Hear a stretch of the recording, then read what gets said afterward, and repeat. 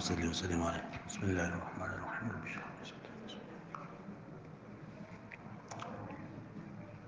ها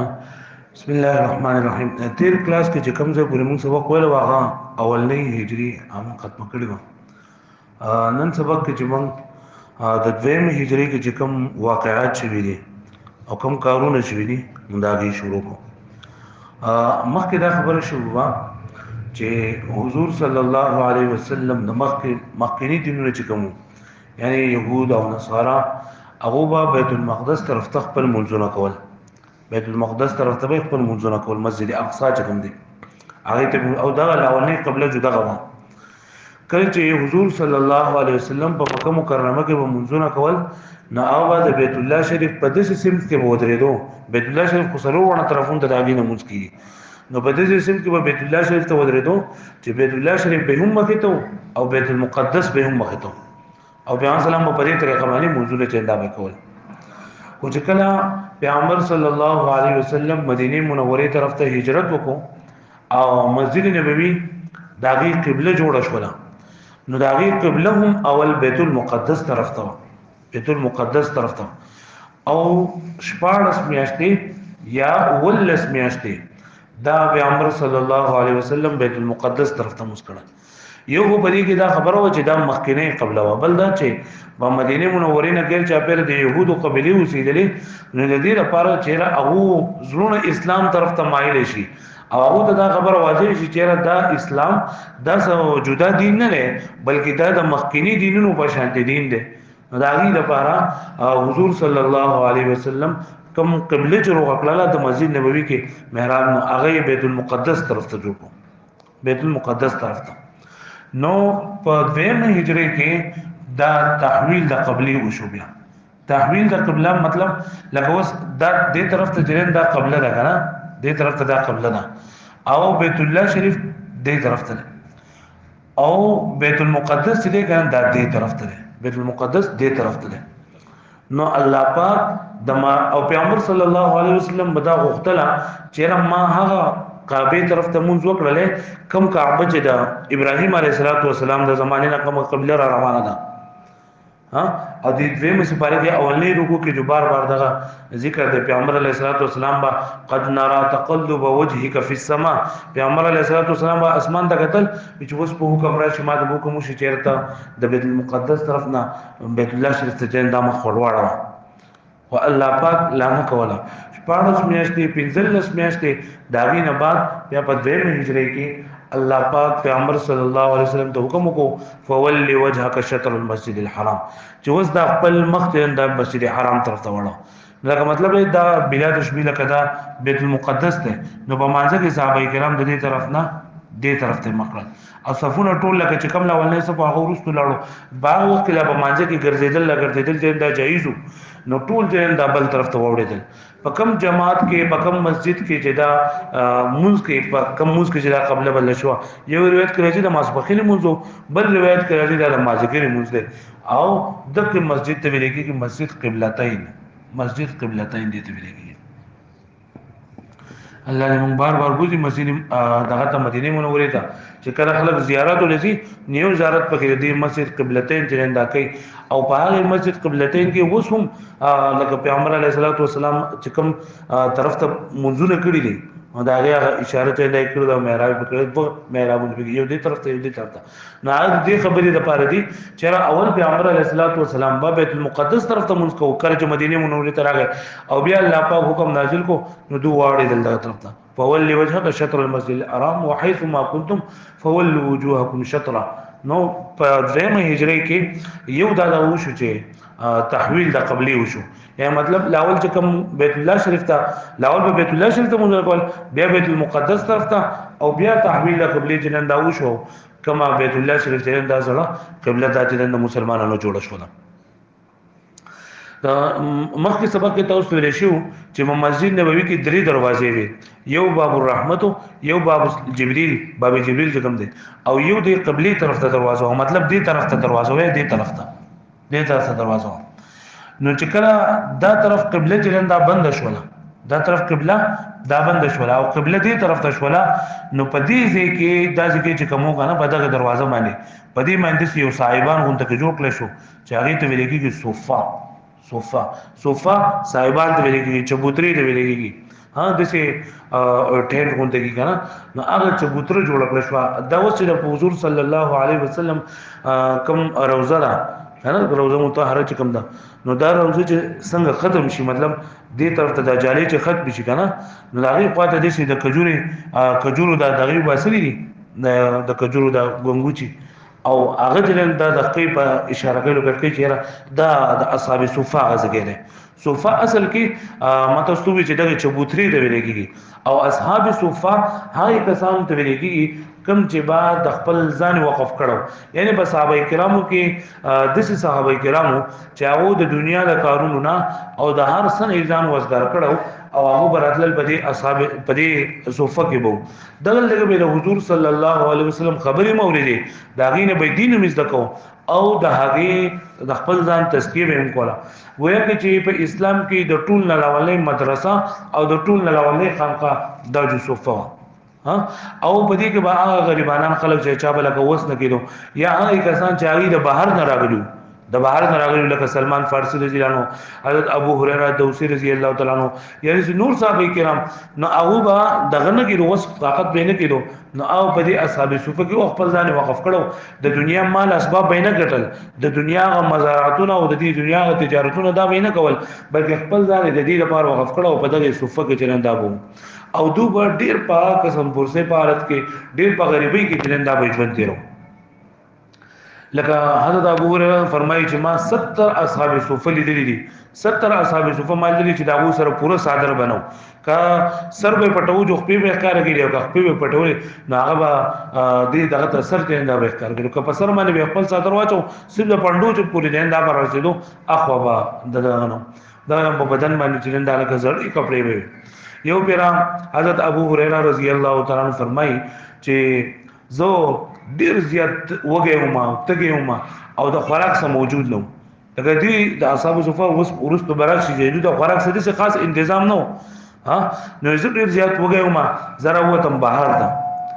نو زه ډیر د بیماری چې د وګي تندې چې اندازه خراب کړم ما نو مې چې را سود سراله بس په ما مسه چې مالې څه د خوراک چې اندازه سره کړ چې زماله گزارو شي حضرت ابوبکر صدیق رضی الله عنه وی تشریف راوړو او ماته د مسلې تاسو وکړو ته د مسلې تاسو مو کو د قران مجید د آیت په اړه مې تاسو وکړو زما مطلب دا و چې زما د سر په خبر کوم دی په زما د حالت ته وګوري په ما باندې بیړه خوشي د خوراک په مال سره وړي خو ما در مسلې ما ته ویلا فوټکا دا کر بزن په کور کې سنو او زما په حالت باندې پوه نه شو جو زمانہ لاړ نو چې بیا په دغه غم او فکر په حالت کې ما چې ما اوس په سوکراشي او حالت کې وګی شو ما او ډیر زیات لکه په تکلیف کې ما په پریشانی کې ما مې چې اوس چلو کما په بدیګه حضرت عمر رضی الله عنه راغی ما هغه د قرآن مجید د آیت په اړه کې تاسو کو او مطلب ملو چې رده به ما حالت ته ګوري په ما باندې په پوښي نو مال به د خوراک مراد سي تنظیم وږي پای کې هم پیغمبر صلی الله حضرت عمر رضی الله عنه زول د مولا کرمان مسلې جواب جهندارا کو خو د زمانہ لاړو مطلب دا سره په کور کې ثنو وکړو په دې کې حضور صلی الله علیه وسلم چې دا تشریف راوړو او هغه زما په حالت باندې پوه شو چې د هوګره او د هوتګره او د هډې زیات په تکلیف کې نو ماته وی راځه زما سره پیغمبر صلی الله علیه وسلم چې کله خپل کور ته تشریف وړو او د کور باندې نه د پوسو کو چې د خوراک سشته کې نشته ناوی چې په پیاله کې لوګټه پي چې دا موجود دي پیغمبر اسلام ته پوښتنه وکړو چې دا د حجیر یو کده صدقې دي مکه واقعي کې د حضرت سلمان فارسی اسلام راوړو واقعي کې دا خبره تر شو چې حضور صلی الله علیه وسلم به صدقې مال نه خړو چې چا بوله سامان ویړو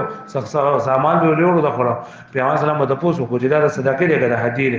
نه کوي چې دا صدقې دی پیغمبر اسلام په صحابه کرام باندې تقسیم کو او چې کله به حضور نن ته پته ولګیدل چې دا حدیث مال نو په خپل باندې هم کړو انور صحابه کرام له چنده به مورو نو حضور صلی الله علیه وسلم ته فرمایله شو چې دا کو د صدقې مال نه ده د حدیث مال نه حضرت ابو هريره ته فرمایل چې طلاق شو اصحاب صفه ټول راولا نو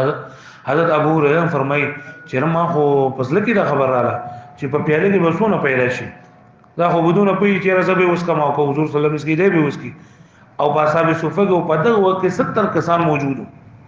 ها دا 70 کسان موجودو. نو مې چیرې دا پي با د چا بکیږي خو موږ په خپل باندې کړو موږ به ماړه شو کنه خو په اسم نه مړیږي نو خو بیا هم حضور صلی الله علیه وسلم حکم کړو او زلحرما او ما اصحاب صفه چې دا ټول راوستل پیغمبر سلام ټول په ترتیب باندې کېنول چې تاسو ټول کېنه او پیغمبر صلی الله علیه وسلم یو کس له پیاله ورکړه ویته دینه وسکه هغه ته خو په مړخ باندې چې دا وسکه بیبل صاحب ورکړه بیبل صاحب ورکړه بیبل صاحب ورکړه 70 صحابه کرامو یعنی په دا مقام باندې چې څومره اصحاب صفه موجودو هغه ټول دا پیالې نه چې انداز کاکو بیا د هغه نه بعد پیغمبر صلی الله علیه وسلم ابو هريره فرمایي چې ماته وی چې وسکا ایمان شروع ولګول ایما وسکل په نو وسکل پیغمبر علیه الصلاه والسلام ماته چې نور وسکا ما نور وسکا بیا هم بس کړم چې نور وسکا به مې چې الله رسول صلی الله علیه وسلم نور د سره گنجائش نه نور بوړ شي پیغمبر علیه الصلاه والسلام ته مور شي بیا پیغمبر علیه الصلاه والسلام په خپل باندې راوصل بسم الله او په چې سونه پاتې نه ختم کړ نو دا اصحاب صفه دو په دې طریقه باندې ژوندۍ تیرونه بل دا کنه چې د دوه خوراک کار د تنظیم نه بلکې چې کله به د روټي ټایم شو د ماخام ټایم بشو نو پیغمبر علیه الصلاه والسلام به یو ثابته دوه کسان چاته بدري کسان چاته سلو کسان دا به حواله کړ او په بوت للدا او خپل کور کې به روټي موټي خور ولا بیا چې به روټي او کړه راغلی کوته سعد بن عباده رضی الله تعالی عنہ د ځان سره 80 صحابه کرام چې انده به بول او دغه په هغه باندې به خورا خړو او بیا چې انده به رسو خو دا غریبي پیدا حالت وکنه چې حضرت ابو هريره فرمایي چې لکه زبد الوګي د وجه نه برارتاو شوم د لوګي د وجه نه برارتاو شوم او زه پاسې دې نه شوم ګرځې دې باندې شوم پیغمبر د خلق براتل په ما باندې به خپې کې خودلې په هغه زمانه کې دغه داو کنه چې کله یو سړی بلې ونه شنو په دې سټ باندې بولخ پکې خودره سټ باندې کده بیماری یا دغه نه جوړه نه دی برا پاسه نه د خلکو خیال دا چې زولې ونه شي مدما دماغ کار کړی خودره زولې ونه نو زه بدل وګي د وجه نه جندا برته ویدم د لوګي د وجه نه برته ویدم هم دغه خلکو چې باغی کې ګوره ټول نه زیات تکلیف چې نه ابو هريره په دې کې تیر کړی یا نور اصحاب صحابه تیر کړی خو په صحابه کرامو کې د ټول نه زیات روایت 5000 نه سیوا روایتونه د حضرت ابو هريره رضی الله تعالی عنہ څخه نقل دي د دوه خوراک لپاره د مسجد نبوي د مسجد نبوي کوم د دوه اصحاب صفو دا زیګه وکنه دا غي نه دی خو یو تار لګیدل په هغه تار باندې چې نو خلکو به کجوري د خپل باغون نه جندا براو شو کوله او په هغه تار باندې جندا به ولا کوله چې کوم صحابي به ضرورت او ځان کجوري راغستل یو خوري پیغمبر صلی الله علیه وسلم به خلکو له ترغیب ورکو چې تاسو دا کجوري جندا راوړی دی خلکو له په دې کې په منځ کې یو خبر چې یو صحابي یو کجوري د نبی محمد صلی الله علیه وسلم ولدا چې د خراب غونډه کجوري نو پیغمبر صلی الله علیه وسلم د نارته اظهار وکړ کدا کجوره دل چا په خپل باندې ورکړ نه دی نه خو دې د الله پاک په لار جوړ ورکړي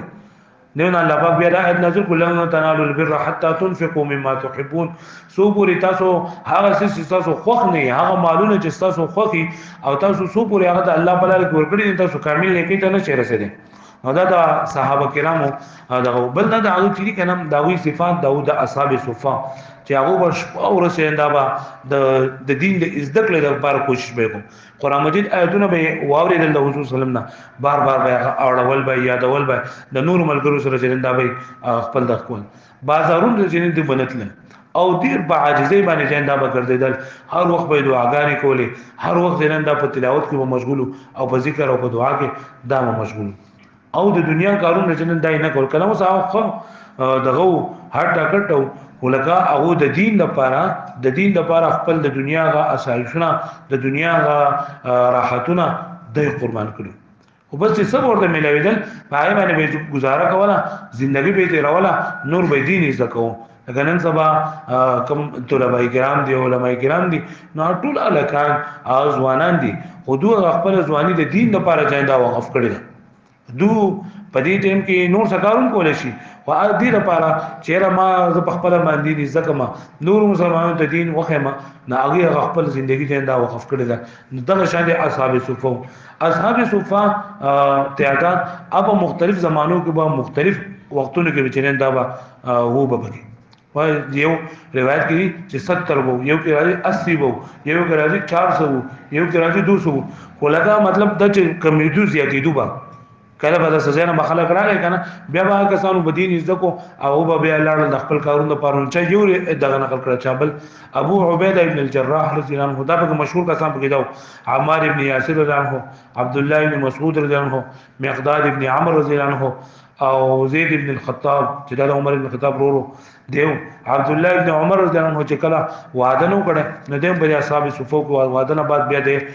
خپل کور ته دښو ابو لبابه رضی الله عنه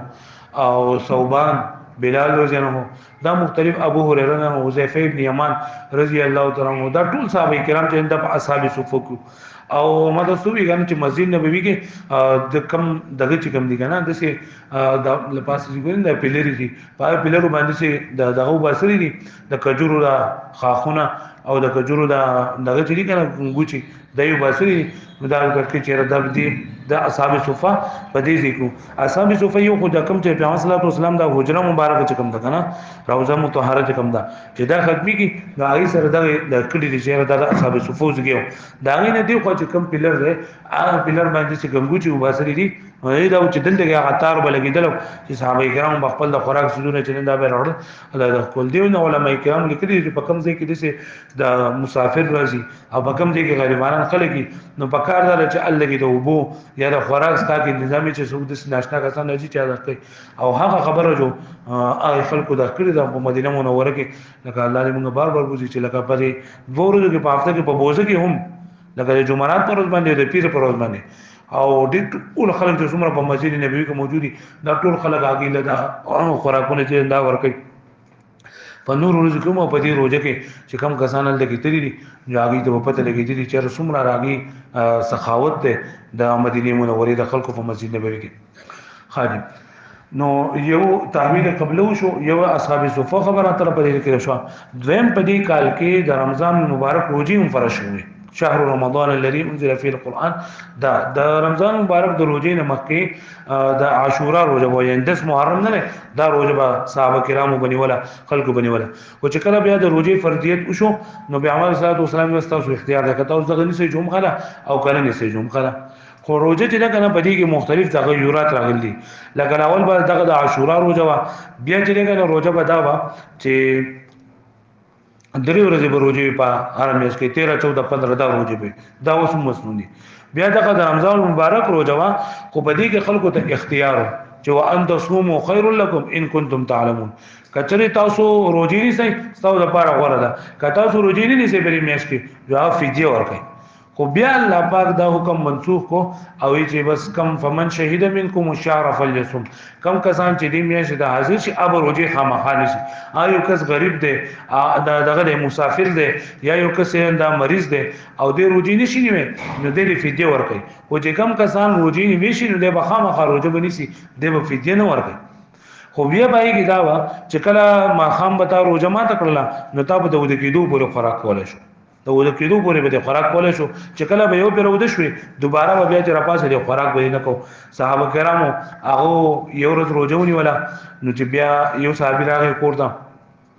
کور کې د کور ول د بوسو په خوراک سسته ورزه تیارو کور ولا سامان تیارو پدې کې د صحابي ود شو چې را پاسه د خوراک او حرام شو نو هغه د روزه ونیوله په سبا باندې بیا د کور ته راغی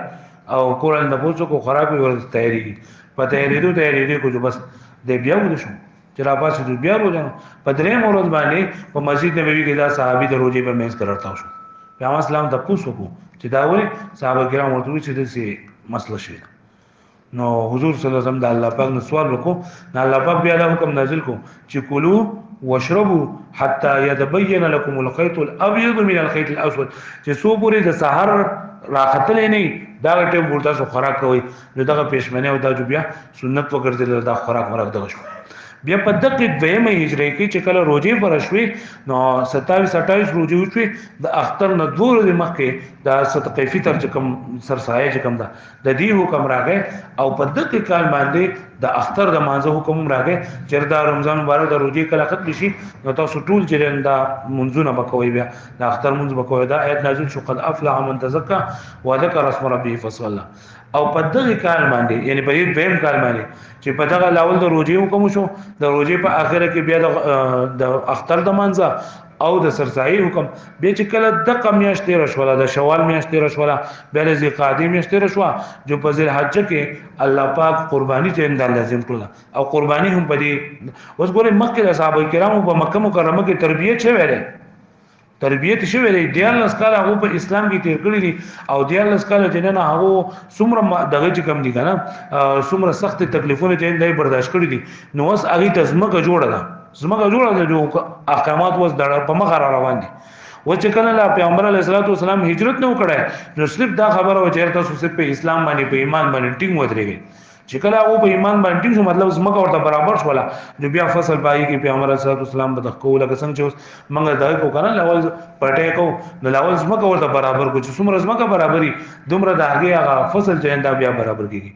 نو په دې دویمه هجری کې اول خو روزي فرض شوي بیا چې د روزي سره صدقه فطر د اخترمون بیا د لوی اخترمون او قرباني دا شو د په دویمه هجری کې الله پاک دا آیت نازل کو چې ان الله وملائکته یصلون علی النبی یا ایها الذین آمنوا صلوا علیه وسلموا تسلیما یعنی په پیغمبر صلی الله علیه وسلم باندې ته درود شریف ویلو د صلوات او سلام حکم کول دا چې دا هم په دې کې نازل شو په دویمه هجری کې بعض علما کرام فرمایي چې د دې صلوات سلام دا د درود شریف دا ویلو دا حکم دا په معراج په موقع باندې چې دا شو او اکثر دا وایي چې دا هم په دویمه هجری کې دا شوی بل په دې دویمه هجری کې زکات هم په مسلمانانو باندې فرض شو یو دادی کنه چې زکات مطلق زکات دا خو د هجرت نه مخکې هم ځکه چې کله جعفر رضی الله تعالی عنہ هغه کسان تاسو کو کنه کم د حبشه بادشاہ چې کوم هغه د اسلام مبارک تاسو نه کول یاد دی کنه نو پای کې یو جواب دا ورکړو چې دی پیغمبر صلی الله علیه وسلم تاسو ته څه حکم کوي نو جعفر رضی الله عنه فرمایل چې دی موږ د مانځو حکم کوي موږ د زکات حکم کوي نو مطلق زکات دا خو د هجرت نه مخکې لازم شو خدا زکات به سوق ورکه او چاله به ورکه او څنګه به ورکه د دې څومره تفصيلات دي کنه دا هم په دویمه هجری کې چې دا لازم شي پوه نو روزه او زکات دا دواړه په دویمه هجری کې دا لازم شي او دغه موږ چې صدقه فطر او په دې کال کې د حضرت عائشه رضی الله تعالی عنها واده او د حضرت فاطمه رضی الله تعالی عنها د حضرت علی سره نکاح د هم په دویمه هجری کې شوی د حضرت فاطمه رضی الله عنها سره د حضرت علی رضی الله عنه نکاح د په دویمه هجری کې شوی بل په دې دای کې په دویمه هجری کې په مسلمانانو باندې الله پاک د جهاد اجازه ورکو د جهاد چې لکه لاول دی کافرانو چې دي کنه لاول په مکه مکرمه کې د جهاد حکم نو په مکه مکرمه کې د جهاد حکم نو بلکې څومره چې هم صحابه کرامو ته چې دا بلکه تکلیفونه رسیدل الله پاک باغی ته تاسو صبر کوئ ته صبر حکم او د جهاد حکم نو د دې وجه دا ده کنه د دې وجه دا ده چې لکه دا جهاد چې کم کیږي جهاد او قتال د کیږي د دې لپاره لتكون کلمت الله هي العليا د دې لپاره چې د الله پاک دین د الله پاک خبره د الله پاک نوم د ټول دینونو باندې اوچت شي د دې جهاد مقصد دا دی د جهاد مقصد دا دی چې د ټول مسلمانانو ته غلبه ملو شي د الله دین د جن دا غلبه ملو شي او دا چې په مکه مکرمه کې کافرانو جن دا حضور صلی الله علیه وسلم ته او مسلمانانو ته به تکلیفونه رسول نو که په مکه مکرمه کې الله پاک jihad لازم کړی وي نو په دې کې بدا شایبو چې لکه زدي کافر سره جنگ کوم د امام خلف په jihad کې راغی دنه بز سر وهمه ولی لکه ابل چې ما اسلام راوړو زما رور اسلام راوړو زما تر اسلام راوړو نو دا ماته تکلیف را رسول هغه ته کنسل کړو هغه ته بدره دی ویلي هغه ته شپږ سپوري ویلي هغه ته تکلیف رسول نو نن چې د سره jihad کومه یا د قتال کومه یا د نصر وهم نو دا داغي په بدل کوم نو jihad دغه بنو اصل شي بلکې خلکو په خپل بدلی غستلې د دې لپاره الله پاک په مکه مکرمه کې په مسلمانانو باندې jihad نو لازم کړ خو چې کله مدینه منوره ته صحابه کرام لاړل او هغه خپل په قلاره باندې شول نو الله پاک اوس حکم نازل کو د ټول اولانې حکم د jihad په باره کې هغه په ولسمه سپاره کې چې کله درې په ختم شي او سلورم په شروع کېږي اذن للذین یقاتلون بانهم ظلموا وان الله على نصرهم لقدیر چې اجازه کړل شوی دا کسانو د چاوي قتال وکي زګه چې بدو باندې ظلم کړل شي یو د روایت دار چې ټول نه لاول نه آیت د jihad په باره کې دا نازل شوی دی ویم دادا چې وقاتلوا فی سبیل الله الذين يقاتلونكم دا آیت نازل شي او دریم ان الله اشترى من المؤمنین دا آیت نازل شي نو بدی کې مؤمنانو باندې کړه دا حکم نازل شو چې تاسو ته اوس jihad تاسو باندې لازم کړل شو او jihad چې تاسو اجازه درکړل شو نو بعض به کمزوري عقیده والا یا بعض منافقان هغه بګوي لولا اخرتنا الى اجل قريب اے الله مون غوس اله د چین او د سکون او د آرام سا واغستو اول خو خلکو باندې تکلیفونه با هم ته کنزل موږ ته بدرري موږ د شپږ سپوري وحال تکول زموږ سره کول وس اله موږ مدینه منوره ترالو موږ په قلاره باندې شول دا ته مؤخر کې دا موږ مؤخر کېدل ولینو الله پاک د جواب متاع الدنيا قليل والاخره خير لمن تقدا خو د دنیا ژوندۍ دا خو ډیره لګا ده اصل کې د آخرت ژوندۍ ده چې دا په تقوادارو ته ملاويږي نو یو د جهاد مقصد دا دی چې د الله پاک دین جندا پټول دینونو باندې اوچت شي او وس دا مقرره چې صحابه کرام د الله پاک په خپل باندې خداو په دین باندې عمل کوونکو جوړ شو او چې وس دوی دا کوشش وکړي چې دا خپل دین په نور دینونو باندې غالب کړي د دې لپاره الله پاک د جهاد حکم جندا نازل کو صحابه کرام ته او بل د جهاد اغراض مقاصد کې یو غرض الله پاک ذکر کړی ولولا دفع الله الناس بعضهم ببعض لفسدت الارض وای کچته الله پاک دا جهاد نه لازم کړه په خلکو باندې نو بزمګه کې په فسادونو خور شو بزمګه کې په فساد خور شو یو دا بګیدان یو جهاد دی کنه یو قتال دی په دوانو کې فرق دی جهاد دا د جهاد نه ماخوذ دی د جهاد نه جو ویلېږي کوشش کول تا جو چنه دا ست ویلېږي کوشش کول تا مطلب دا دی چې د الله پاک د کلام د اوچتول لپاره د الله پاک د دین د اوچتول لپاره چې کوم منظم کوشش کیږي د ته jihad ویلېږي اوس jihad چې کلام د یو عام لفظ دی jihad عام لفظ دی jihad دا ګورتا چا خبر وکړه ستاره خبرې د ولینا د الله پاک دین ته غلبه حاصل شوله دې ته ویلېږي jihad باللسان ها دا ته بجو باندې jihad وکړو یو تا مال ولګو د دې لپاره د مال ولګو چې دا الله پاک دین په نور دینونو باندې اوچت شي د jihad بالمال دی ها دغه شانتي تا یو قلم په ذریعہ سره تا یو مضمون ولیکو یو کتاب دی ولیکو چا د زخت ولیکو چې دا غیر وجنا د الله پاک دین په نور دینونو باندې اوچت شو نو دا ته د قلم په ذریعہ سره جهاد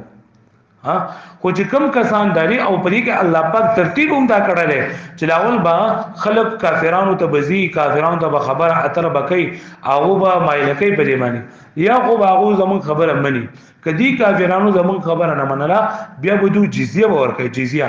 ټیکس ورکړي ته مسلمانانو په ملک وي اوسي او کله چې دوی دغه جزیه ورکړي نو بیا به مسلمانانو باندې داغي د مال او داغي د هر څه د جان داغي حفاظت کول په مسلمان باندې لازم دي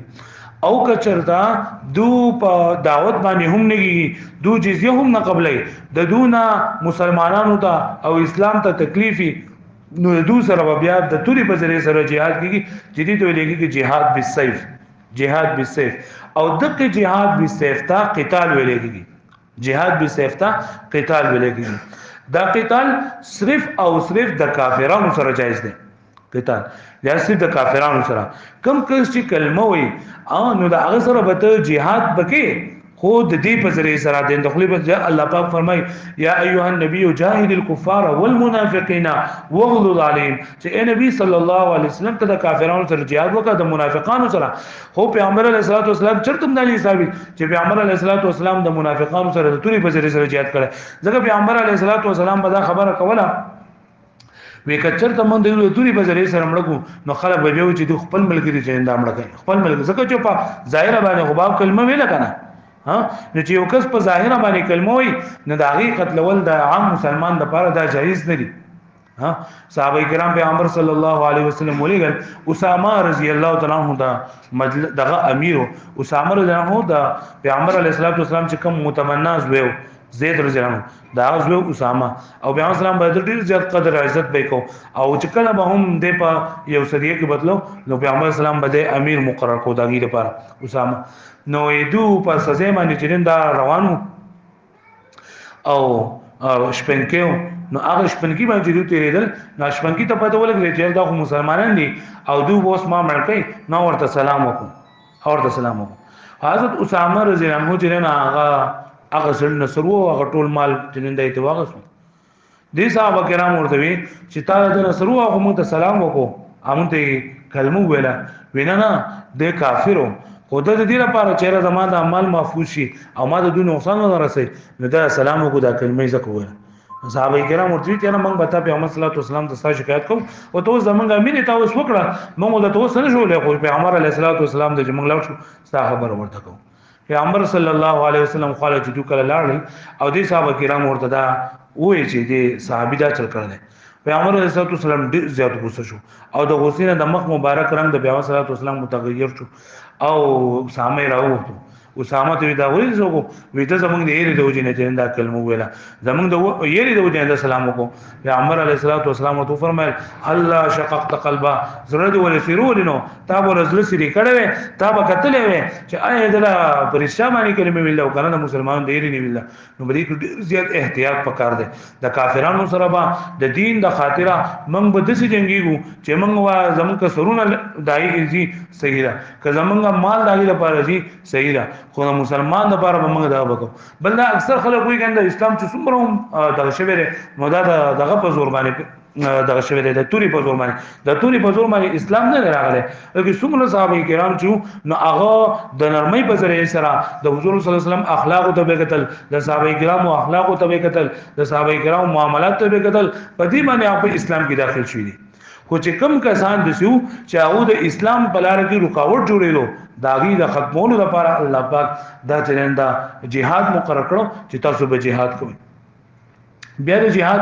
دوه قسمونه دي یو ته ویل کېږي اقدامي jihad یو ته ویل کېږي دفاعي jihad اقدامي جهاد او دفاعي جهاد وقاتلوا في سبيل الله الذين يقاتلون دا اقدامي جهاد ده اقدامي جهاد چې کله یو دفاعي لول وي دفاعي دا کنه چې مسلمانان په خپل علاقه کې په خپل اسلام په حلقه اسلام کې د اسلام چې کوم حدود پای کې دي کافران راشي او مسلمانانو باندې حملو کې دفاعي جهاد کوي نو چې کله دفاعي جهاد مطلب دا چې کافرانو راشي په مسلمانانو باندې حمله کوي د مسلمانانو مال داګینه محفوظ نه د مسلمانانو جانونو داګینه محفوظ نه د مسلمانانو کورونه محفوظ نه په دغه وخت کې بیا jihad فرض عین دی بیا به هر یو انسان دا بزی او دا به jihad وکړي بری کې په پلار د زوینه ته پوښتنه کوي زوی په پلان ته پوښتنه کوي آقا به د غلام ته پوښتنه کوي غلام به د آقا ته پوښتنه کوي خزي سړي چې څومره هم دي دا به دو jihad وکړي دا دفاعي jihad لکه کوم غزوه احزاب کې چې کافرانو ناغریو او مسلمانانو دفاع کړی و مسلمانانو دفاع کړی و نو دا دفاعي جنگ وو یعنی مسلمانانو په بار ته نه وېدري او اقدامي جهاد چې مسلمانان مستحکمي مسلمانان مضبوطي او دو د خپل د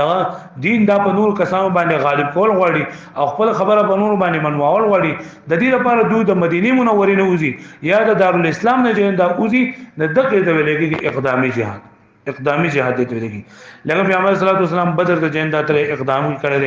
او احد ته اقدام کړل صحیح نه پیغمبر صلی الله علیه وسلم بدا جنگونه کول د کافرانو سره دا جنگونه په دوه قسم دي یو ته ویلګي سریه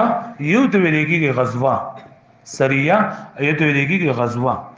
غزوه هغه جنگ ته ویلګي چې حضور صلی الله علیه وسلم بګه بنفس نفیس شرکت کړي یعنی په خپل باندې په حضور صلی الله علیه وسلم دا شرکت کړي دې ته ویل کېږي غزوه او پیغمبر علیه الصلاۃ والسلام په زمانه کې سونه غزوه شوې دي نو کوم مشهور قول چې نه هغه ده چې 27 غزوات د پیغمبر صلی الله علیه وسلم په ژوندۍ کې دا شوې دي او یو روایت دار چې 21 یو روایت دار چې 19 خو په دې کې دا اختلاف دس دی کنه چې بعضی لکه په یو سفر کې دوه درې غزوات شوي دي داغه چا یو ځای حساب کړی دي جو تعداد لږ راو بسره دي او چا چې په یو سفر کې درې شوي دي هغه درې جدا جدا حساب کړی دي او دا ټوټل ځای دا 27 دا جوړیږي بیا سریه دي ته ویلېږي چې پای کې حضور صلی الله علیه وسلم په خپل شرکت نه کړي بلکې پیغمبر علیه الصلاۃ والسلام یو صحابي په هغه باندې نگران مقرر کړي او دوی ترين دا تری یو الته کې جنگیدل دي اسلام د پانه دا سونه دي نو یو قول مطابق دا 40 دي بل قول مطابق دا 48 دي 48 او 40 دا قولونه به ډیر زیات مشهور دي نور هم به قولونه شته چې یو به 56 به هم یو قول چې 56 سریه پیغمبر علیه الصلاۃ والسلام جندا لګلی ها وس په دې دویمه هجری کې د ټول نغټ جنگ چې کم شوی دی کنه دا غزوه بدر دی او د عام کسانو په ذهن کې دا خبره ده چې د اسلام او د کفر په منځ کې چې اولنې جنگ شوی دی نو دا غزوه بدر دی د غزوه بدر نه مخکې نور جنگونه نه دي شوي دا خبره غلطه ده د غزوه بدر نه مخکې سلور سرايا او سلور غزوات چنده شوي دي د غزوه بدر نه مخکې سلور سرايا یو سریه حمزه دا پیغمبر علیه الصلاۃ والسلام چې بکم صحابي لیکو کنه او کم چې بداغي امیرو کم چې بداغي امیرو کنه نو هغه سریره داغي نو مر کړو بعضی کتابونو کې چې کم زیت داته لیدي کم زیت دا صحابه کرام ته لیدي نو هغه لې د دغه سریره نو مر کړل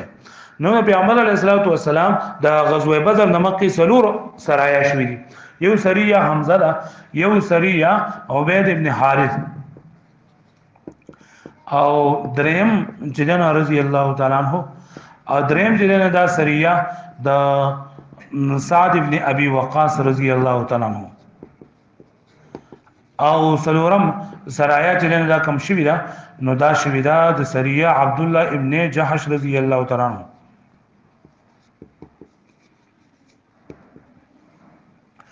دا سلور سرايا شوی د مختصر بدی کې باس کو بیان شو مخته دا حضور صلی الله دا اولنې سرايا حمزه چې کوم ده کنه دا د هجرت په اومه میاش باندې شوی دا گویا کې دا د هجرت په اولنی کال باندې پیغمبر علیه الصلاۃ والسلام دا سریه چرنده لګی و یو قول دا ده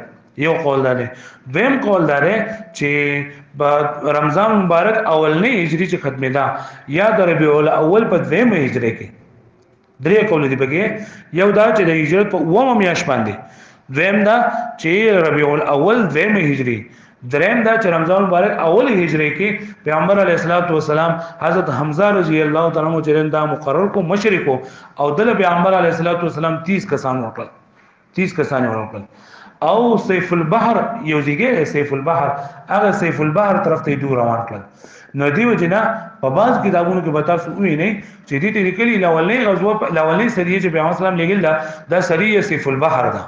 نو ما تاسو ته وی چې لږه بعضی کم مورخین چې کم سیرت نگار چې نو اغي د کم صحابي چې مشر کړه کم صحابي چې امیر کړه داغه نو مې دې سریه لور کړه او بعضی چې نه هغه چې کم زیږی ته تللی دي نو دا هغه زیږی نو مې ور کړه دې سریه لا نو دې لونی سریه حمزه رضی الله عنه زکه وی چې دا د 30 کسانو په منځ کې د 30 کسانو چې نن دا شوی 30 کسان دې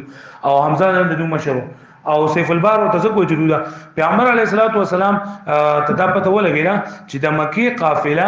دا تل د مدینه منوره دغه ته شام ته او بکم تجارتی سفرونه چنده وکول تجارتی سفرونه وکول نو پیغمبر سلام تپته ولګینا چې دا دغه تل دا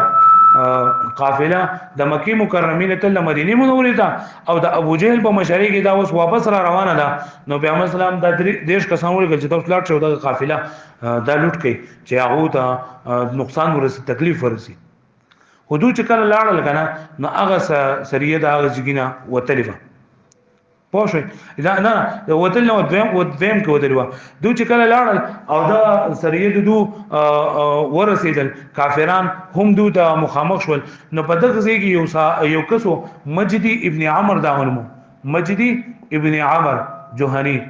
د تیرانو د دوه په منځ کې صلح وکړه د دوه په منځ کې صلح وکړه د دې کافرانو او مسلمانانو په منځ کې او چې تاسو د دوه سره جنگ چې اندام کوي او دا د دوی چې بچ کو مطلب لګیدای په منځ کې راغی دا مجید ابن عمر او دا کو دوی ته اخلاص کړل دا کافرانو ته اخلاص کړل او چې تاسو ځای نو په دې کې جنگ مونږ ونه شو پوه دی باندې دا لاولې سریه دویمه سریه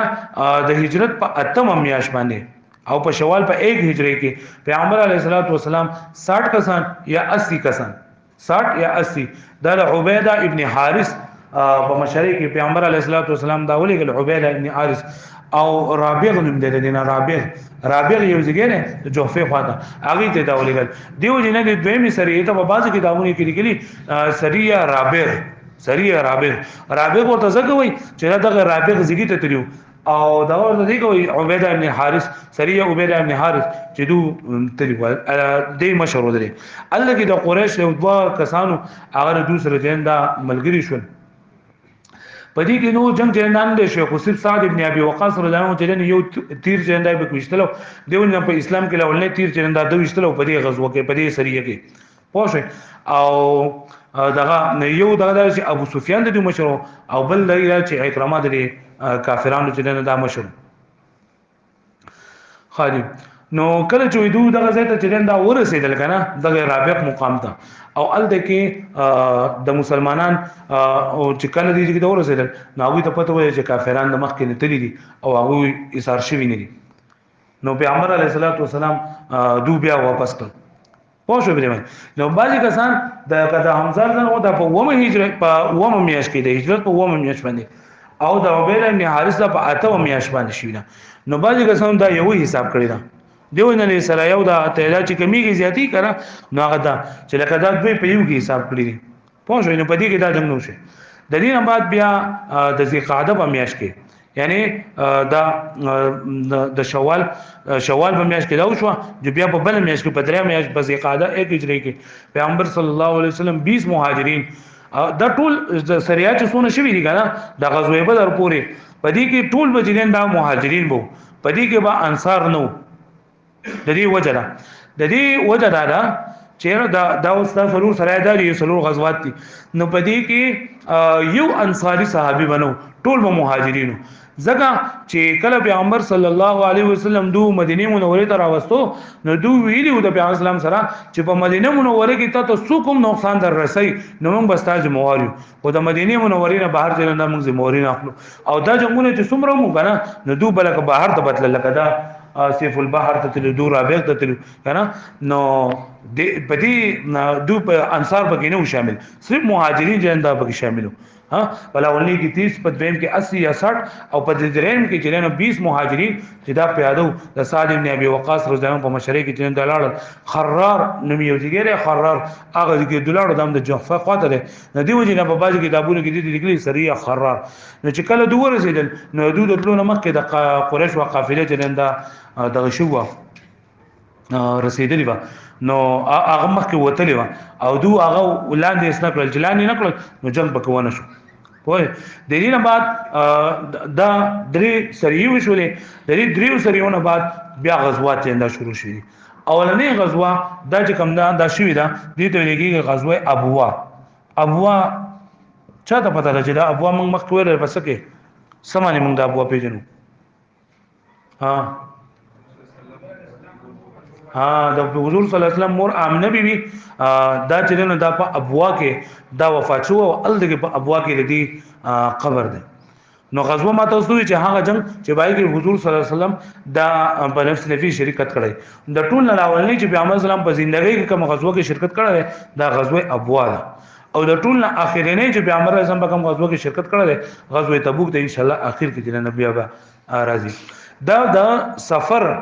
په میاش کې په دویمه هجری کې یعنی دویمه هجری کې د اولنې میاش محرمي بیا پسې سفر نو باغ سفر په دویمه هجری کې پیغمبر صلی الله علیه وسلم 60 مهاجرین د ځان سره او د جبدي هم انصاری صحابینو او پیغمبر علیه الصلاۃ والسلام بنو زمره دا یو علاقه ده د قبيله بنو زمره باندې پیغمبر علیه الصلاۃ والسلام حمله کول د پاره د مدینه منوره را اوته ابوا ځکه تر ورسره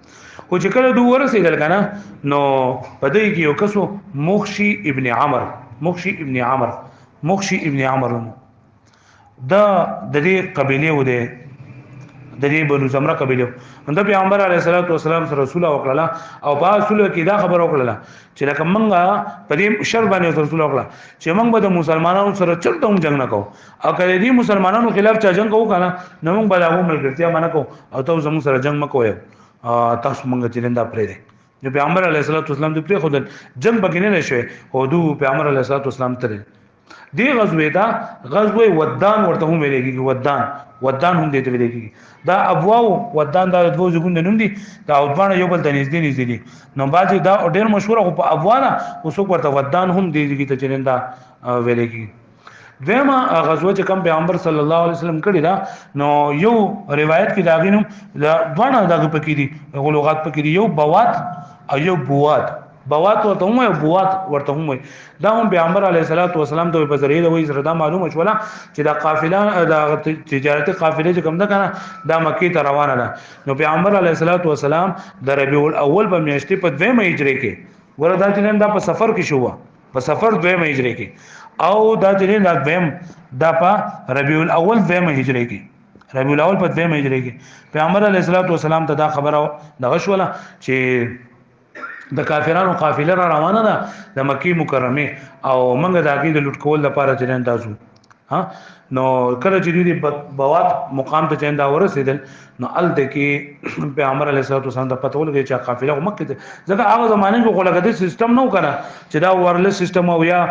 دغه د موبایل او د ریموټ ټلیفونونو یا د خط او دغه نو خو چې او پته ودی چې روان دي خو دوی بلان نو بری تلو کې لکه دوی بل ورسېدل او به اوریدل جواب نو بدی کې هم جنگ ونه شو پوه دریم نمبر چې پیغمبر صلی الله علیه وسلم کوم غزوه کړی دا نه هغه ته ویلېږي غزوه عشیره چې دا په جماد الاول کې شوی دا جماد الاول میاشت کوم دا په 2 هجری کې جماد الاول کې دا چرنده شي ادم پیغمبر علیه الصلاۃ والسلام د ځان سره بوتل او عشیره د یو ذکرم ده هغه عشیره ته چې بوات خواته ده او پیغمبر علیه الصلاۃ والسلام د ځان سره درش او خان دی چې نن دا بولی چې بای کې صحابه کرام چې نن دا په خلاره باندې با یو چې دا ختم او دا د کوم پیغمبر علیه الصلاۃ والسلام وو خو ال د کې جنگ ونه شو او بنو مدلج دا رکا یو ډله و د کافرانو دا هغه بنو مدلج سره پیغمبر علیه الصلاۃ والسلام معاهده وکړه صلح وکړه او د هغه ځنه چندار واپس ول او په دې غزوه کې چندا هم جنگ چندا ونه شو دریم نمبر سلورم چې پیغمبر علیه الصلاۃ والسلام پای کې شامل شوی دی نو دې د غزوه صفوان ویل کېږي صفوان او دې ته بدر اوله ورته هم ویل کېږي بدر اوله چونکه دا په بدر مقام کې شوی دی آینده سبق به ان شاء الله بدر مونږ وایو چې بدر د چانو مو زکم زینو موسس دې دا بدر ولي وای نو آی کې به ان شاء الله آینده سبق کې بیا دا وای نو غزوه بدر صغرا ورته ملګي ځکه چې بدر کبرا غټ د بدر جنگ دی او بدر اوله ورته کوي چې دا لاول نه د بدر جنگ شوی او صفان دا په دغه ځای کې شوی نو پیغمبر صلی الله علیه وسلم چې وکړه د دې عشیرانه واپس راغې نو سورې په الله سورې پیغمبر اسلام په مدینه منوره کې قیام وکړو او بیا دا خبره مشهوره شوله چې کورز ابن جهر کورز ابن جابر کورز ابن جابر دا هغه صحابي دی چې کله ورستو ان شاء الله راشي بیری معونه او کوم واقعات شو آی کې دې ال دې پای نو دا مسلمانانو په دغه باندې حمله کړی دا په چراغه باندې د مسلمانانو ساروي ماروي چې د اسغلولې نو پیغمبر علیه الصلاۃ والسلام ته چې الله خبر دوک نو دو پسې صفوان نو میزګی ته پوری دو لاړل تعقوب پسې وکړو مسلمانانو خو هغه ته پته ولګی چې را د کرس ته پته چې مسلمانانو روان دي نو ساروي ماروي د پرخو دی په خپل تختیدل نو بدی کې هم جنگ چرنده ونه شو پوه شو نو دا نو بل سلورم نمبر دا غزوه ابوا بوات عشیره صفوان دا سلور غزوات د شو او یو سریه زمونږ پاتې شو سریه عبد الله ابن جهش دا چې کله د غزوه صفوان دا واپسې په موقع باندې پر رجب په میاشت کې رجب د جمال الاول بیا په جمال الاول نه لسر زبات په جماد الثانی کې دا غزوه صفوان شو او بیا د رجب په میاشت کې رجب د رجب په میاشت کې دا سریه عبد الله ابن جهش دا وګوره رجب جو شعبان بیا په رمضان کې بیا جو غزوه بدر ده دا عبد الله ابن جهش رضی الله تعالی عنہ پیغمبر علیه الصلاۃ والسلام مشر کو او 11 صحابه کرام مهاجرین پیغمبر علیه الصلاۃ والسلام دل ورکړ سالم بن ابي وقاص ابو حذیفه ابن عتبه او عتبه ابن غزوان او کاشف ابن محسن او عامر ابن ربيعه دا صفوان دا 11 کسان پیغمبر صلی الله علیه وسلم دل ورکړ اوس دو چې پیغمبر صلی الله 11 پیغمبر سلام دل ورکړ یو پکې د مشر وکنه عبد الله بن ټول 12 کسانو او پیغمبر صلی الله علیه وسلم چې پتاو باندې بدن زده سی او امیر مقرر کوم کنه چې هغه ډیر زیات جفاکش ته او ډیر زیات لوګ ته برداشت کوم کړي او صحابي چې دا بسو کی عبد الله بن جاش رضی الله تعالی عنہ پیغمبر صلی الله علیه وسلم مقرر کو پیغمبر صلی الله علیه وسلم هغه له خط ورکو چې دا خط واخله او پای کور د لیکل وکړ او چې کله ته 2 ورځې سفر وکې کنه 2 ورځې سفر کول نه بعد به بیا دا خط کولاو کې نو دو روان شول دا 2 ورځې کسان او پیغمبر صلی الله علیه وسلم چې څنګه حکم کړو 2 ورځې بعد چې 2 ورسېدل هغه دغه پیغمبر صلی الله علیه وسلم هغه خط کولاو کو پای کور ته لیکلو چې دا تاسو یو قافله را روانه ده په هغه قافلې بس تاسو لاړ شئ او تاسو هغه جنن دا رکاو کوي نخله نن نخله زیږي هغه زیږي د تاسو ورسره لګي د قریش قافله ده هغه قافله به تاسو داګینه به سامان ممان واخلي خو لکه دي صحابه کرام ته وایي چې کم کسان په خپل خوشاله من استاد رضی عادي لاړ شي او چې کم راو بس کیږي عادي راو پشي کله چې د پیغمبر صلی الله علیه وسلم دا حکم واره ټول صحابه کرام یې مخذو او ټول لاړل دغه نخله مقام ته ال د جوړ رسیدل نو ال دغه مسلمانانو هغه قافله دا کافرانو قافله یو په دې کې دوه صحابه کرام به ورک شول سعد او عتبہ رضی الله تعالی عنهما دا دوه ورک شول او نور دین دا لاړلو دو په خپل اوختونو نه تلو دو په اوخ پس لاړلو دو ورک شول لاړل غلط شول بیا دغه کسان د قریش دا کم تجارت قافله چې کنه د شام نه مکی مکرمه ته واپس را روانه نو په دغه رجب پرې میاش کې دوه دا خیال وکړه چې اصل کې د اسلامي میاش 2930 کنه 2930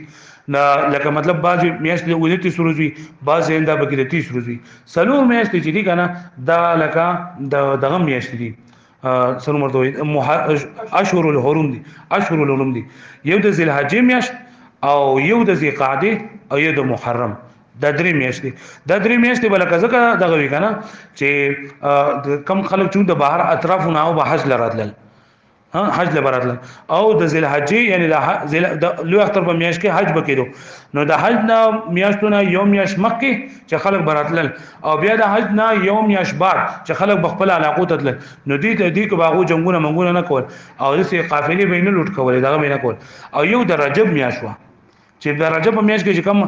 نږدې خلک وو نه په د رجب په میاشت کې جنن دا براتل دغه د پاره د عمرې لپاره نه هغه به هم صدقه بینه کول او بدغانه کول او د بسنوي نو کله چې دا صحابه کرام دغه نخله مقام ته ورسېدل کنه نو د 29 رجب چې نه دا لکه په سباله باندې 30 رجب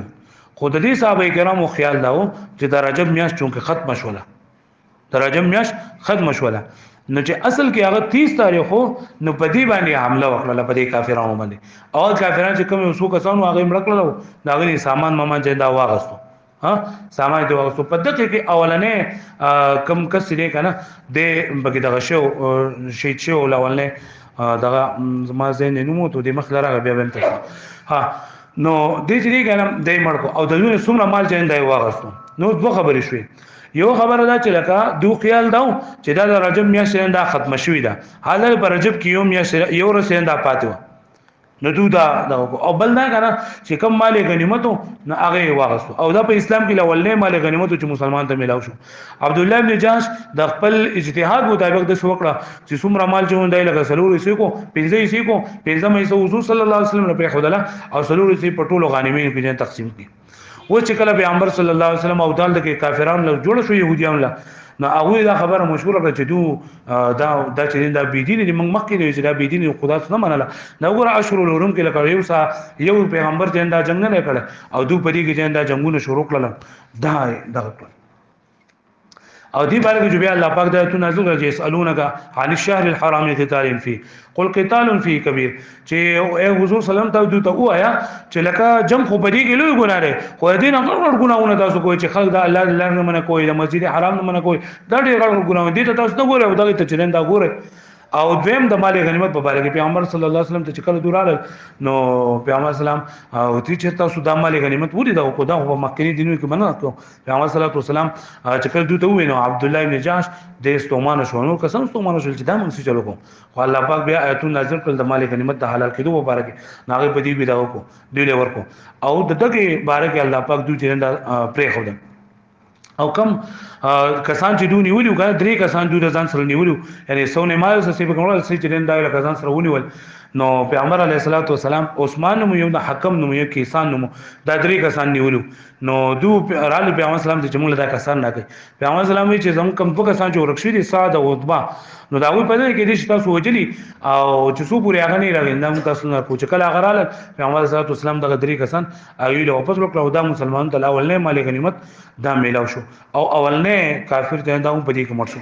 دا په رجب کې دا خبر وشو رجب بیا شعبان نو په رمضان کې بیا کوم قافله چې متلی و مکه مکرمه ته واپس راتله نو دا غي درو کول د لپاره بیا په صندوق اجري کې کوم